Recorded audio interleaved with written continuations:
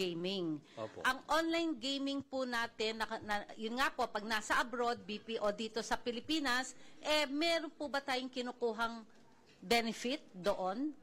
Yun po yung Pogo, di ba po? Yung Pogo po, overseas gaming po Yes, yun. offshore gaming. Sarado na po yun by December 31st. Okay. Yung pong katanungan yung pangalawa, yung online gaming. Yes. Dito po yun sa local. Yes. Yung pong online gaming, Chairman Tenko, yung mga sabong, online gaming, hindi meron na po ba po. tayong lisensya dyan?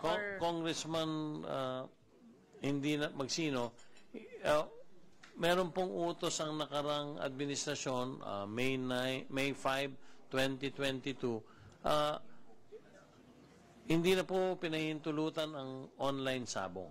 Okay. So, kung meron po kayong nadidinig na online sabong na pangkasalukuyan, alam ko namang marami pa. Ang dami po. Puro illegal po yon. Okay. So, ganun po.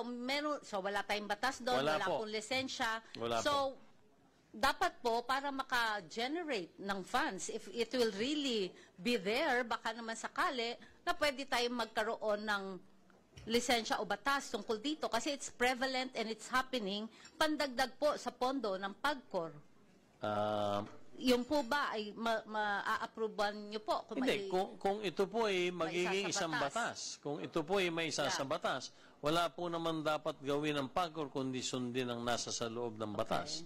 Kaya po, kung maisa sa batas, ay susundin po namin dahil lumalabas po jurisdiction po ng PAGCOR yung online sabong. Online so kung magkakaroon po ng batas na pahintulutan muli ang online sabong, patutupad po ng PAGCOR yung nasabing batas na yun lang po importante kasi po it's happening everywhere and there's a lot of people that knows that it's happening.